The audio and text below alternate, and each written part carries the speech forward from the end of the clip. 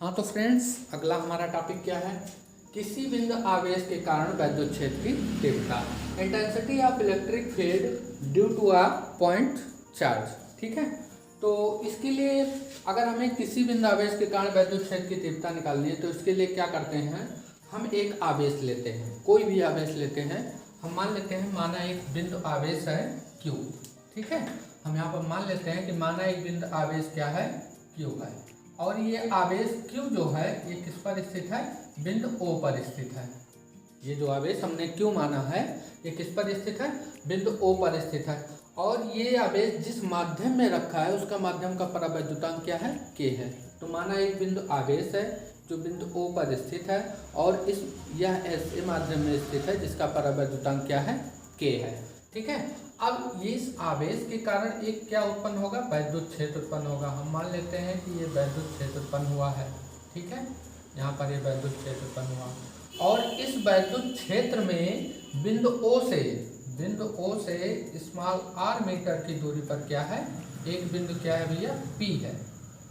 इसके वैद्युत क्षेत्र में स्मॉल r मीटर की दूरी पर, यानी बिंदु O से स्मॉल r मीटर की दूरी पर एक बिंदु क्या है, P है, जिस पर हमें क्या ज्ञात करनी है, वैद्युत क्षेत्र की तीव्रता। तो इसको लिखेंगे कैसे कि माना एक बिंदु आवेश Q है जो बिंदु O पर स्थित है। यह एक ऐसे माध्यम में स्थित है जिसका परावैद्युतांक क्या है, K है। बिंदु O से स्मॉल r मीटर की दूरी पर इसके वैद्युत क्षेत्र में एक बिंदु क्या है, P है, जिस पर हमें क्या ज्ञात करनी है, वैद्युत क्षेत्र की तीव्रता। ठीक है भैया, इतना हम लिख लेंगे। उसके बाद अपना फिगर ऐसे बना देंगे।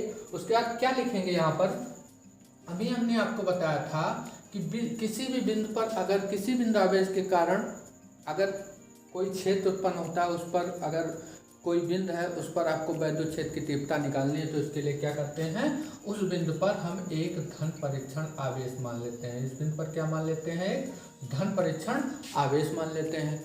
अब चूंकि ये धन परीक्षण आवेश क्या होता है, इसका कोई अपना वैद्युत क्षेत्र नहीं होता है। ठीक है, तो धन परीक्षण आवेश मान लेते हैं और इस धन परीक्षण आवेश पर लगने वाला बल,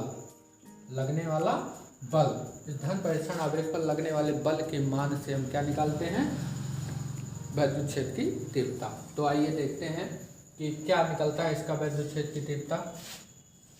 अब देखिए यहाँ पर क्या है, प्लस यहाँ पर Q आवेश है, स्मॉल r मीटर की दूरी पर एक बिंदु P है जिस पर हमें क्या ज्ञात करनी है, वैद्युत क्षेत्र। तो पहले हम क्या निकालेंगे, प्लस Q0 यानी धन परीक्षण आवेश प्लस Q0।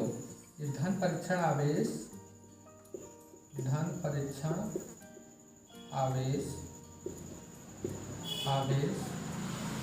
प्लस Q0 पर लगने वाला बल निकालेंगे पहले हम।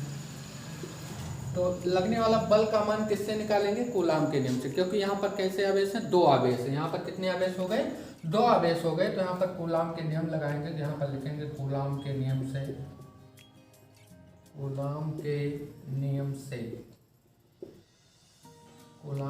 से F इक्वल टू क्या होता है भैया, कूलाम के नियम से 1/4πε0। और जिस माध्यम में रखा है अगर उस माध्यम का परावैद्युतांक K है तो उसको भी यहीं पर लिख लेंगे 1/4πε0 K into Q1 into Q2/r²। ये होता है कूलाम का नियम। तो इसी नियम से हम Q0 पर लगने वाला बल निकाल लेते हैं। अतः Q0 पर लगने वाला बल क्या होगा, F equal to 1/4πε0 K into, पहला आवेश क्या है, Q है, पहला आवेश आपने Q रख लिया। दूसरा आवेश क्या है, Q0 है, इसको आपने रख लिया और अपान में क्या हो गया, r²। चूँकि इसकी दूरी क्या है, r है, और ये क्या हो जाएगा, r² हो गया। ये हो गया बल F का मान। अब चूँकि हमें बिंदु P पर वैद्युत क्षेत्र की तीव्रता निकालनी है तो यहाँ पर लिखेंगे अतः बिंदु P पर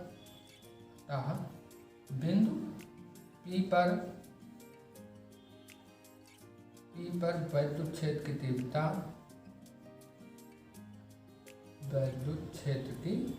तीव्रता यानी इंटेंसिटी ऑफ इलेक्ट्रिक फील्ड, वैद्युत क्षेत्र की तीव्रता। अभी हमने निकाला था कि E इक्वल टू क्या होता है, E इक्वल टू होता है F/Q0। यह होता है वैद्युत क्षेत्र की तीव्रता निकालने का फार्मूला। E इक्वल टू F/क्या होता है, Q0। तो अब यहाँ से इसको हम क्या मान लेते हैं, इसको मान लेते हैं समीकरण नंबर 1 मान लेते हैं, इक्वेशन नंबर फर्स्ट इसको मान लेते हैं, इसको क्या मान लेते हैं, इक्वेशन नंबर सेकंड। ठीक, इक्वेशन फर्स्ट इसको, इक्वेशन सेकंड इसको। अब चूंकि यहाँ पर हमें यह का मान पहले से पता है, यह का मान यहाँ पता है भैया हमको, यह का मान अगर यहाँ पर उठाकर रख दे तो हमें ई का मान मिल जाएगा। तो यहाँ पर लिखेंगे समीकरण 1 से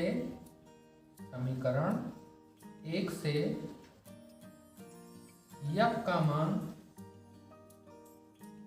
का मान समीकरण 2 में रखने पर, समीकरण 2 में मान रख देंगे। तो आइए देखते हैं मान रखने पर हमें क्या मिलता है, वैद्युत क्षेत्र की दीप्ता क्या मिलती है हमें। समीकरण 2 में मान रखना है किसका, एफ का। तो E इक्वल टू क्या हो जाएगा, E इक्वल टू एफ का मान क्या है भैया, 1/4 पाई एप्सिलॉन 0 के इंटू क्यू इंटू क्या है Q0 अपान क्या हो जाएगा R², और पूरे का बटे क्या हो जाएगा इस फार्मूले से नीचे Q0। ठीक है, अब देखिए यहाँ Q0 यहाँ भी है, ऊपर भी है में यहाँ Q0 है, ये दोनों क्या हो जाएंगे, कैंसिल हो जाएंगे। तो आपका E इक्वल टू क्या मिलेगा, E इक्वल टू मिलेगा 1/4 पाई एप्सिलॉन 0 के इंटू Q/R²। ये हो जाएगी उस बिंदु पर वैद्युत क्षेत्र की तीव्रता। किस बिंदु पर, बिंदु P पर वैद्युत क्षेत्र की तीव्रता हो जाएगी। अब यहाँ पर जो ये हमने लिया था माध्यम का परावैद्युतांक K, इस माध्यम का परावैद्युतांक K जो है, माध्यम का परावैद्युतांक K, इसका निर्वात अथवा वायु में मान क्या होता है, 1 होता है। तो यहाँ पर लिख लेंगे निर्वात अथवा वायु के लिए K का मान कितना होता है भैया, 1 होता है। कहीं भी अगर आपको निर्वात अथवा वायु के लिए K का मान निकालना होगा तो K का मान क्या होता है, 1 होता है। तो यहाँ पर अगर K का मान 1 रख देंगे और गुणा हो जाएगा तो क्या बचेगा आपका बचेगा E equal to 1/4 pi epsilon 0 into Q/R²। ये हो जाएगा आपका वैद्युत क्षेत्र की तीव्रता का formula, E equal to 1/4 pi epsilon 0 into Q/R²। मात्रक लिखेंगे, मात्रक क्या होता है, न्यूटन प्रति कूलम। ठीक है भैया, समझ में आया है आपको। एक बार फिर से रिवाइज कर लेते हैं। जहाँ भी कोई प्रॉब्लम होती है आप नीचे कमेंट बॉक्स में टाइप करके बता सकते हैं हमें। ठीक है, तो आइए देखते हैं क्या, अगर किसी भी बिंदु आवेश के कारण वैद्युत क्षेत्र की तीव्रता निकालनी है आपको, तो इसके लिए क्या करेंगे, एक बिंदु आवेश लेंगे। ठीक है, वो बिंदु आवेश किसी ऐसे माध्यम में रखा होगा जिसका परावैद्युतांक क्या होगा, K, और हम ये भी मान लेते हैं कि वो बिंदु आवेश किस बिंदु पर होगा, O बिंदु पर होगा।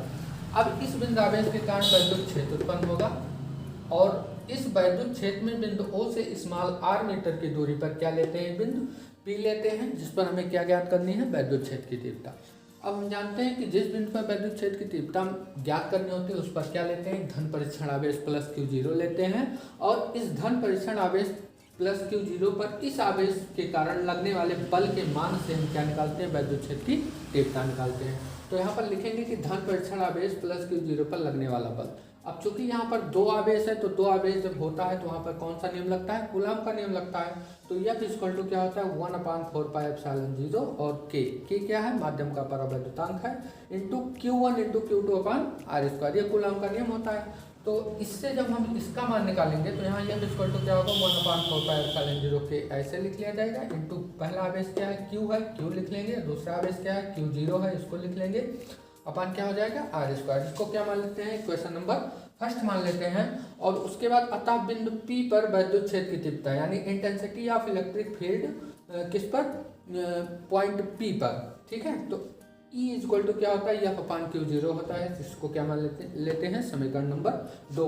अब समीकरण 2 में F का मान अगर यहाँ से रख दें तो हमें E का मान मिल जाएगा। तो समीकरण 1 से F का मान समीकरण 2 में रखना है।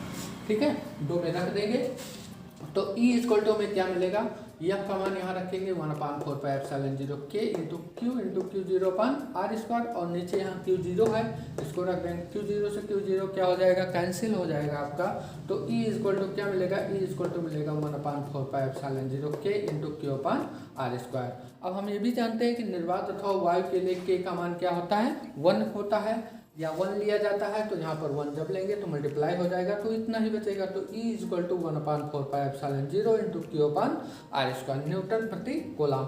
और भैया आप लोगों को एक चीज़ पता ही होगा कि मतलब 1/4πε0 का मान क्या होता है 9.0 गुणे 10⁻9 न्यूटन मीटर स्क्वायर प्रति कूलम स्क्वायर। ये किसका मान होता है 1/4πε0 का मान होता है। तो इस तरह हमारा ये टॉपिक खत्म हो गया कि किसी बिंदु आवेश के कारण वैद्युत क्षेत्र की तीव्रता। इसके बाद हमारा अगला टॉपिक है वैद्युत द्विध्रुव। तो हमारा अगला टॉपिक क्या है भैया वैद्युत द्विध्रुव तथा वैद्युत द्विध्रुव आघूर्ण, यानी electric dipole and electric dipole moment. ठीक है, तो वैद्युत द्विध्रुव तथा वैद्युत द्विध्रुव आघूर्ण। आइए जानते हैं कि वैद्युत द्विध्रुव क्या होता है। ठीक है, वैद्युत द्विध्रुव इसमें दो आवेश होते हैं, दो बराबर आवेश होते हैं। ठीक है, दो बराबर आवेश होते हैं। मान लेते हैं Q आवेश है, ये भी क्या है Q आवेश है। बराबर आवेश होते हैं, किंतु कैसे आवेश होते हैं विपरीत आवेश होते हैं। यानी अगर एक माइनस होगा तो दूसरा क्या होगा प्लस होगा। ठीक, तो वैद्युत द्विध्रुव का निकाय है जिसमें दो आवेश +Q और -Q या -Q और +Q एक दूसरे से अल्प दूरी पर स्थित होते हैं। एक दूसरे से कितनी दूरी पर होते हैं अल्प दूरी पर स्थित होते हैं। अल्प दूरी को क्या मानते हैं हम 2L मीटर मानते हैं। अल्प दूरी क्या मानते हैं 2L मीटर मानते हैं। तो ये क्या होता है वैद्युत द्विध्रुव होता है। ठीक है, ये क्या होता है इलेक्ट्रिक डिपोल होता है। इसमें दो आवेश बराबर होते हैं किंतु किस प्रकार के आवेश होते हैं विपरीत प्रकार के आवेश होते हैं और एक दूसरे से कितनी दूरी पर स्थित होते हैं अल्प दूरी पर, अल्प एक छोटी दूरी पर स्थित होते हैं जिनके बीच की दूरी क्या होती है बहुत न्यूनतम होती है। तो उसको क्या मानते हैं 2L मीटर मान लेते हैं। तो इनके बीच की अल्प दूरी क्या हो जाएगी 2L मीटर हो जाएगी। इसी को क्या बोलते हैं वैद्युत द्विध्रुव बोलते हैं। अब इसी में आता है वैद्युत द्विध्रुव आघूर्ण यानी electric dipole movement. Electric dipole movement क्या है वैद्युत द्विध्रुव आघूर्ण। तो यहाँ पर कोई एक आवेश ले लेते हैं, चाहे आपका +Q आवेश हो या -Q।